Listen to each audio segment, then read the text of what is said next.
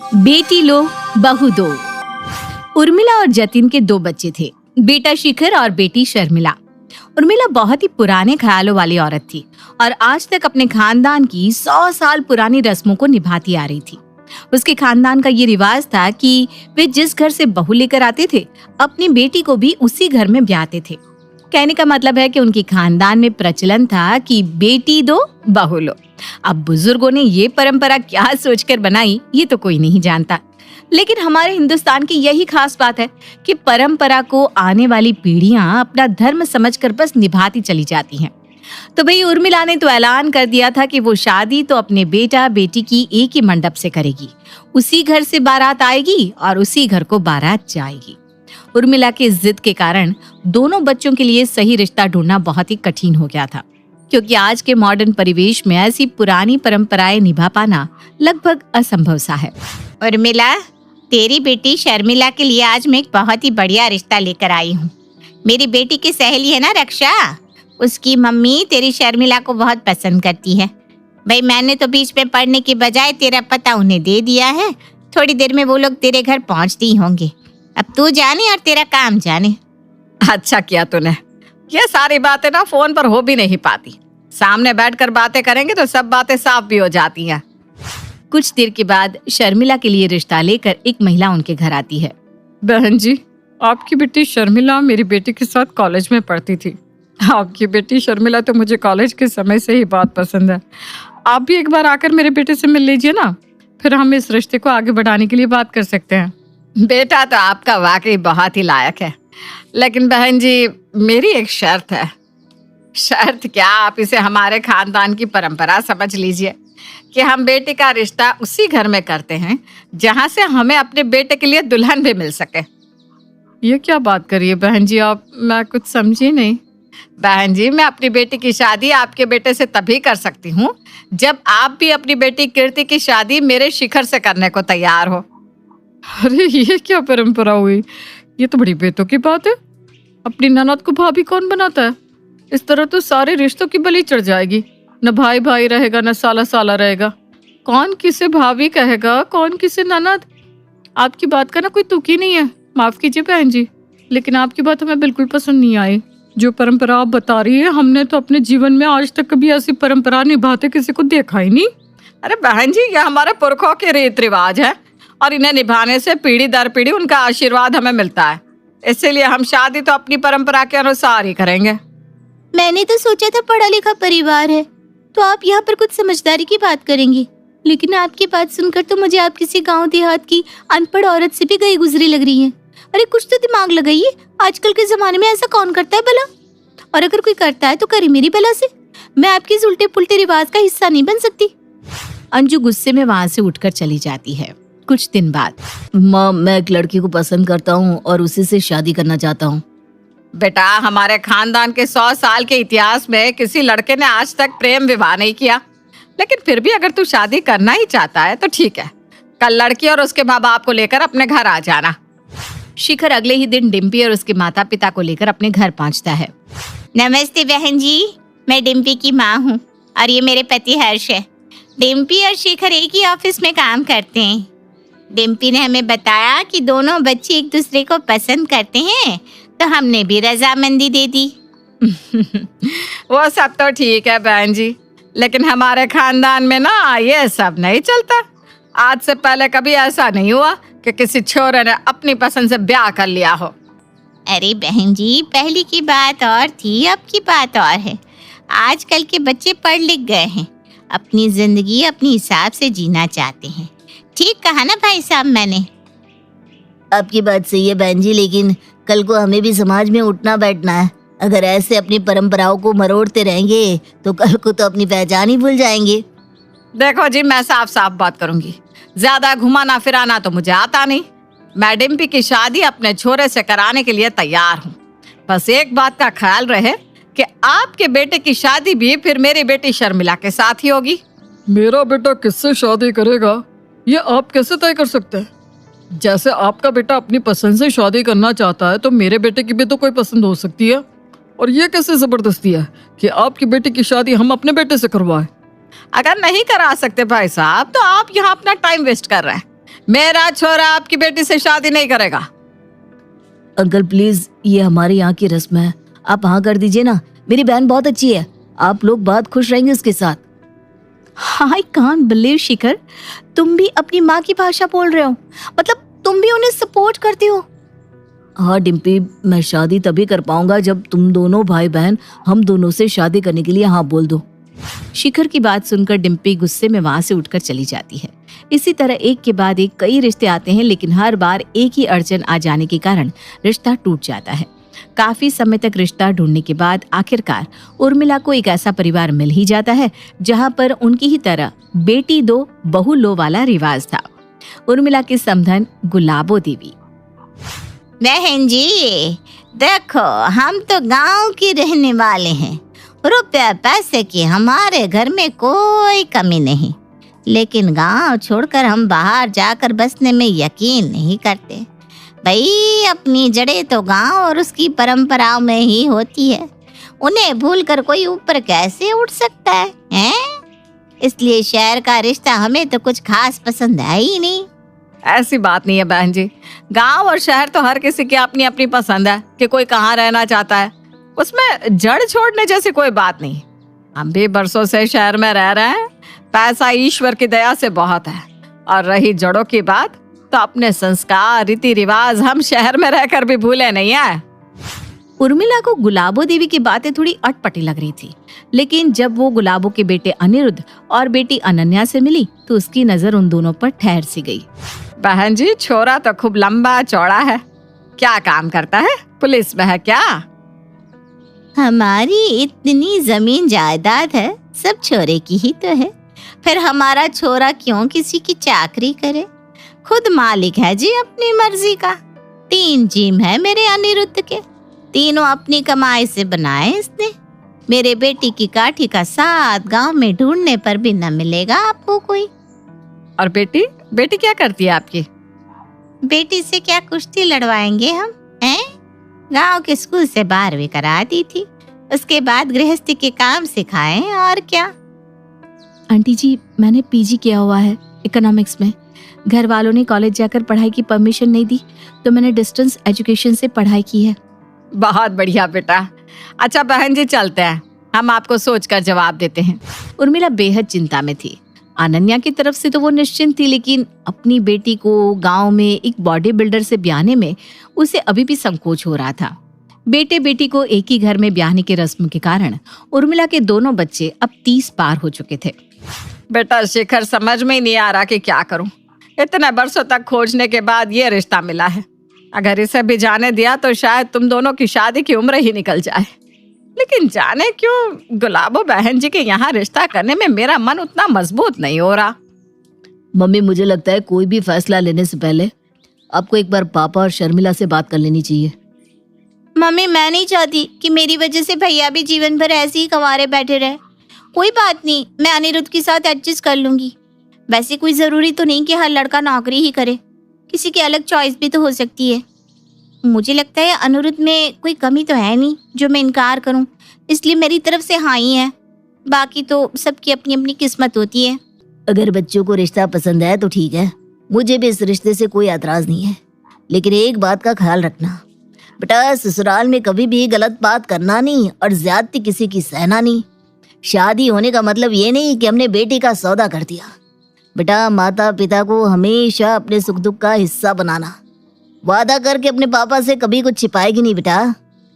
मैं वादा करती हूँ पापा, आपके सीख को गांठ बांध कर रखूंगी और हमेशा सबसे पहले अपने पापा को अपना हर सुख दुख बताऊंगी। शर्मिला के हाँ करने पर जल्दी ही उर्मिला दोनों बच्चों की शादी गुलाबो के बेटे अनिरुद्ध और बेटी अनन्या के साथ कर देती है। जैसा कि तय हुआ था, ना तो उर्मिला ने दहेज लिया था और ना ही अपनी बेटी के लिए दहेज दिया था। इस तरह अनन्या शादी के बाद शर्मिला के घर पहुंच गई और शर्मिला अनन्या के घर। शादी के बाद मुंह दिखाए के समय, अनन्या, मेरी माँ ने अपनी बहू के लिए बहुत सपने देखे हैं। मुझे पूरा यकीन है कि तुम्हें इस घर में हम लोगों की तरफ से कोई भी परेशानी नहीं होगी। उम्मीद करता हूँ तुम भी इस घर को अपना घर समझकर अपनाओगी। मैं आज से ही आप सभी को अपना परिवार मानती हूँ। बेटा अनन्या, तुम्हारी मम्मी ने तुम्हें पढ़ने नहीं दिया, लेकिन फिर भी अपनी लगन और मेहनत के दम पर तुमने पोस्ट ग्रेजुएशन किया, इस बात के लिए सच में मुझे बहुत गर्व है। अच्छा, अब अगर तू पढ़ना चाहे तो आगे भी पढ़ाई कर सकती है। मुझे तो खुशी होगी अगर मेरी बहू पढ़ लिख कर जीवन में आगे बढ़ना चाहे। अपनी माँ के मुंह से ये शब्द सुनने के लिए मेरी सारी उम्र निकल गई मम्मी जी, लेकिन माँ ने कभी भी प्यार से मेरी तरफ देखा तक नहीं। और अभी मेरी शादी को कुछ ही दिन हुए हैं, लेकिन आप मुझे माँ से भी बढ़कर प्यार करती हैं। सचमुच मेरी किस्मत बहुत अच्छी है जो मुझे सास के रूप में आप मिली। अरे बेटा, अपनी बेटी देकर तुझे अपने घर की लक्ष्मी बनाकर लाए हैं। हमेशा ऐसे ही मुस्कुराते रहना बेटा, बस हमें और कुछ नहीं चाहिए। भगवान मुझे तो अच्छा ससुराल दे दिया, लेकिन अब मुझे शर्मिला की चिंता हो रही है, क्योंकि मैं जानती हूँ कि मेरी माँ बहू को कभी बेटी नहीं बना सकती। बस भगवान मेरी माँ को सद्बुद्धि देना, ताकि उनके कारण ससुराल में मेरा जीवन नरक ना बने। अगर उन्होंने वहां शर्मिला के साथ कुछ भी किया तो यहाँ पर मेरा जीवन भी बर्बाद हो जाएगा। अपनी बहन के साथ ज्यादती होते हुए तो कोई भी भाई देख नहीं सकता। उर्मिला के घर आकर अनन्या बहुत खुश थी। उर्मिला, जतिन और उनका बाकी का परिवार भी बहू को खूब लाड़ प्यार और मान सम्मान दे रहे थे। दूसरी तरफ गुलाबों के घर पर, ए छोरी, इस घमंड में मत रहना कि हमारी छोरी की शादी तेरे भाई के साथ हो गई तो हम तेरे या तेरे माँ बाप के किसी भी किस्म के दबाव में आ जाएंगे। मेरा अनिरुद्ध तेरे भाई शिखर जैसे 8-10 को अकेला ही संभाल सकता है। मम्मी जी, मेरा भाई अनिरुद्ध जी के साथ कोई लड़ाई लड़ने थोड़ी आने वाले हैं जिन्हें मेरे भाई को संभालने की जरूरत पड़े। और आप भूलिए मत, शिखर सिर्फ मेरा भाई नहीं, आपका दामाद भी है। आप मेरे भाई के लिए नहीं, अपने दामाद के लिए ऐसा बोल रही हैं। देख तो ले अनिरुद्ध, कैसे जबान चला रही है पटर पटर मेरे सामने। इसकी आंखों में जरा सा भी डर है कि यह सास से बात कर रही है। लेकिन मम्मी जी, सास से डरने की क्या जरूरत है? आप तो मेरी माँ के समान है और मैंने आपसे कोई गलत बात नहीं की। शर्मिला की बात सुनकर अनिरुद्ध आकर उसे धक्का देता है। अब तू शहर में रहने वाली बेशर्म छोरियों की तरह हाथ भर की जुबान चलाना छोड़ दे और हमारे गांव की लुगाइयों की तरह मुंह पर ताला लगा कर रहना सीख ले। जो मेरी माँ ने कह दिया चुप तो मतलब चुप। और आज तो मैंने बहुत प्यार से तुझे समझाया है, अगर अगली बार मुझे गुस्सा दिलाया तो अंजाम भुगतने को तैयार रहना।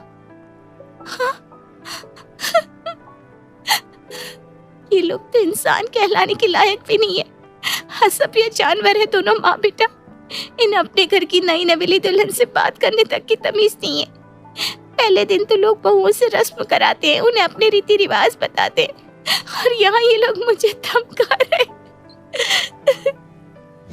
जिस तरह से उसका स्वागत हुआ था, शर्मिला समझ तो गई थी कि यहाँ उसका जीवन बहुत कठिन होने वाला है। सास गुलाबों ने पहले ही दिन से उस पर घर का सारा काम थोप दिया था। ऐसा नहीं था कि शर्मिला ने मायके में काम नहीं किया था। उसकी माँ उर्मिला ने अपनी तरफ से बेटी को हर संभव चीज की शिक्षा दी थी, लेकिन फिर भी एक 24-25 साल की लड़की से अपनी 30 साल पुरानी गृहस्थी चलवाना और ये उम्मीद करना कि कोई भी काम जरा भी 19-20 ना हो, ये तो गलत ही है ना। घर के काम तक तो सब सही था, लेकिन एक दिन, शर्मिला, कल से भैंसों का चारा पानी कराने की जिम्मेदारी तेरी है। सुबह 4 बजे उठकर पहले भैंसों को चारा पानी दे देना, उसके बाद उनकी सफाई करके दूध निकालना है, फिर 7 बजे से घर के काम देखना। मम्मी जी, मैं आज तक भैंस के पास तक नहीं गई हूँ, मुझसे ये सब नहीं हो पाएगा। मुझे तो ये भी नहीं पता भैंस को कब और क्या खिलाते हैं। नौकर है तो जानवरों के लिए उन्हें ही करने दो ना। नहीं आता तो सीख ले, घर के काम तो करने ही पड़ेंगे। ऐसी कान से जी चुराने वाले बहू का क्या अचार डालूंगी मैं। मम्मी जी, मैं पहले ही दिन से पूरा दिन काम में ही तो लगी रहती हूँ, अब और वर्कलोड नहीं लेना चाहती। मुझसे नहीं हो पाएगा, मेरी तबीयत पहले ही खराब है। अनिरुद्ध, इसे पटक करा इसके मायके। तबीयत खराब रहती है तो पहले इलाज कराना चाहिए था ना छोरे का। हमारे गले बीमारी क्या करने को बांध दी इसकी माँ ने। बाप, पता नहीं आपने क्यों पसंद किया इस मरियल सी छोरी को। इसके बस का कुछ नहीं है। मैं कल ही इसे इसके मायके छोड़कर आऊंगा। अच्छी तरह घी दूध बादाम खाकर आना अगली बार, अगर मेरी पत्नी बने रहना है तो। नहीं तो वापस आने की कोई जरूरत नहीं है। शर्मिला के माफी मांगने पर भी अनिरुद्ध अगले ही दिन उसे उसके मायके छोड़ाता है। मायके आकर वो देखती है कि उसकी भाभी कितने सुकून से उसके घर में रह रही है और उसकी माँ उसे पलकों पर बिठा कर रख रही है, जबकि उसकी जिंदगी एक नौकरानी से भी बदतर हो गई है। ये देखकर उसकी आंखों में आंसू आ जाते हैं। भाभी, एक बात सच सच बताना, आप ठीक तो हो ना? मुझसे मत छुपाना, मैं अपनी माँ को जानती हूँ। शर्मिला रोते हुए अपनी भाभी अनन्या को सारी बात बता देती है। आप चिंता मत करो भाभी, लगता है मेरी माँ और भाई को ये बात बताने का समय आ गया है कि उनके घर की बहन बेटी भी दूसरे घर ब्याही गई है। अगर वो आपको परेशान कर सकते हैं तो मुझे भी तो कोई परेशान कर सकता है ना। क्या बोल रही हो भाभी? भैया कभी ऐसा नहीं करेंगे। मैं माँ और भैया को आपके साथ कभी ऐसा नहीं करने दूंगी। जो मैं सह रही हूँ, भगवान न करे कोई भी लड़की ऐसा अपमान बर्दाश्त करे। आप बस देखती जाओ। एक दिन शाम के समय अनन्या एक पुराना सा सूट पहन लेती है और अपने सारे गहने उतारकर कमरे में रख देती है। उसके बाद वो अपने पति के पास आती है। शिखर, मुझे मेरे घर छोड़ने चलो। अरे लेकिन ये कैसा हुलिया बना रखा है? अरे अब चलिए तो। शिखर गाड़ी में लेकर उसे उसके घर छोड़ने के लिए निकल जाता है। अनन्या फोन पर रोते हुए अपनी माँ से बात करती है। माँ, बस अब मुझसे बर्दाश्त नहीं हो रहा। मैंने सोचा था आपको कुछ नहीं बताऊंगी और चुपचाप सब सहती रहूंगी, लेकिन अब मुझसे और बर्दाश्त नहीं होगा। अरे बेटा, ऐसा क्या हो गया? मुझे बता, तुझे रोने की कोई जरूरत नहीं है। माँ, जिस दिन से शर्मिला मायके आई है, पता नहीं उसने अपने भाई को ऐसा क्या कह दिया। वो मुझसे सीधे मुंह तक बात नहीं करता। अपमान तो मैं जाने कब से बर्दाश्त कर रही थी, पर आज तो उसने मुझ पर हाथ भी उठाया और कहा कहीं नदी नाले में खुद मरूं, क्योंकि अब उन्हें हमारे परिवार से कोई रिश्ता नहीं रखना। तू अभी है कहाँ? बता, तो अभी है कहाँ? इन लोगों को मैं छोड़ूंगी नहीं। अभी अनिरुद्ध को लेकर वहां पहुंच रही हूँ। आज इसकी अकल ठिकाने लगा कर रहूंगी। मैं गंगा जी में कूदने जा रही हूँ माँ। आखिरी बार तेरी आवाज सुनने के लिए फोन किया था बस। देख बेटा, तुझे मेरी कसम है, तू ऐसा कुछ ना करेगी। तेरी माँ अभी जिंदा है बेटा, तू अपने घर आ जा। इन लोगों को तो मैं खून के आंसू रुलाऊंगी, देख लेना। गुलाबों के बार बार समझाने पर कुछ देर बाद अनन्या अपने घर पहुंचती है। हाय राम, क्या हाल बना दिया है मेरी बच्ची का।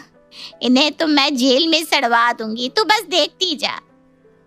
मम्मी, आप मानती है ना मेरे साथ जो हुआ वो गलत है? क्यों नहीं मानूंगी बेटा? मतलब सही और गलत का अंतर आप जानती है मम्मी, फिर क्यों किया आपने भाभी के साथ ऐसा? अरे नाम मत ले उस निकम्मी काम चोर का, किसी काम की नहीं है वो। भाभी ने मुझे सब बता दिया है। आपने और भैया ने उनके साथ क्या क्या किया। नौकरों की तरह दिन रात काम कराया, ढंग का खाना नहीं दिया। उस पर जब वो बीमार हो गई तो उन्हें मायके में फेंक आई। कोई लड़की आपके घर दुल्हन बनकर आई थी, कितने सपने रहे होंगे उनकी आंखों में। आपने क्या किया उनके साथ मम्मी? और भैया, आपने तो उन्हें इतना डराया धमकाया है कि बेचारी अभी तक सदमे में है। बहुत घमंड है ना आपको आपके गठीले बदन पर। तो बताओ, अगर मुझे मेरे ससुराल वालों ने घर से निकाल दिया तो क्या आप मेरा घर वापस बसा सकोगे? और किसी गलतफहमी में मत रहना, शर्मिला अगर वापस नहीं आई तो तलाकशुदा होने का कलंक आप पर भी लगेगा। कोई पूछेगा भी नहीं आपको, फिर सारी जिंदगी बस जिम में बॉडी बनाते रहना। तो कहना क्या चाह रही है? साफ साफ बता छोरी। मैं यही कहना चाहती हूँ मम्मी कि शिखर के खिलाफ पुलिस में कंप्लेंट शौक से करवाइए, लेकिन उस कंप्लेंट में अपना और भैया का नाम भी डलवाना मत भूलना। और मेरे साथ बुरा हुआ देखकर ये जो आपका खून खौल रहा है ना, ऐसे ही शर्मिला की हालत देखकर हम सबका भी खून खौला था, लेकिन उसके भाई ने तब भी मेरे साथ कोई दुर्व्यवहार नहीं किया। मम्मी जी ने बहू नहीं बेटी बनाकर उस घर में मुझे आपसे भी ज्यादा प्यार दिया। और एक बात याद रखना मम्मी, मैं अब उस घर की बहू हूँ और हमारी बहन बेटी को परेशान करने वालों को हम छोड़ेंगे नहीं। मतलब तू अभी तक ड्रामा कर रही थी? तुझे किसी ने मारा पीटा नहीं है? नहीं, मैंने आपकी आंख खोलने के लिए नाटक किया था, ताकि आपको एहसास हो जाए कि गलत आपकी बेटी के साथ भी हो सकता है। और मैं अकेली नहीं आई हूँ, शिखर मुझे यहाँ खुद लेकर आए हैं। पता नहीं क्या हो गया था मुझे, माफ करती बेटा, आगे से कभी ये भूल नहीं होगी। मैं भी पता नहीं क्यों मम्मी की बातों में आकर अपना घर बिगाड़ने चला था। मैं शर्मिला की पूरी जिम्मेदारी लेता हूँ। आज के बाद कभी शिकायत का मौका नहीं दूंगा। और अगले दिन शर्मिला की सास और पति आकर सबसे माफी मांगते हैं और शर्मिला को प्यार से वापस ले जाते हैं। उस दिन के बाद फिर कभी शर्मिला को कोई परेशान नहीं करता।